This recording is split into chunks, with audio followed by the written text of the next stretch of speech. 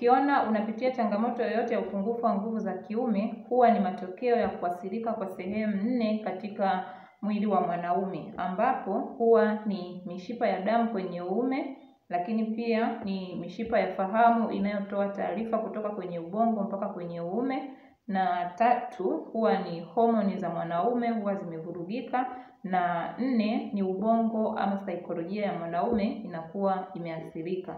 Kwa hiyo unapotaka kutatua changamoto hii, ni lazima matibabu unayopata yalenge kuenda kutatua ama kugusa sehemu hizi 4 ili uweze kupata matokeo ya kudumu na ya uhakika. Haijalishi kwamba changamoto yako ilisababishwa na kitu gani, kwa sababu vitu vyote vinavyosababisha changamoto ya upungufu wa nguvu za kiume huwa ni lazima zikaguse hizi sehemu 4. Kwa hiyo sasa matibabu utakayopata, hakikisha kwamba yanaenda kuimarisha mishipa ya damu kwenye uume, lakini pia inaimarisha mfumo wa fahamu kutoka kwenye ubongo, lakini pia yanaweka sawa homoni zako na kuweka sawa saikolojia yako. Ukifanya hivi utapata matokeo ya kudumu. Kwa hiyo kama unapitia changamoto hii, jaribu kuongea na mtaalamu wa afya na atakupa matibabu ambayo yataenda kugusa sehemu hizi. Kumbuka, niko hapa kuweza kuwasaidia wanaume wanaopitia changamoto katika mfumo wa uzazi kuweza kurejea kwenye ubora wao, kurudisha heshima zao na kuokoa ndoa zao.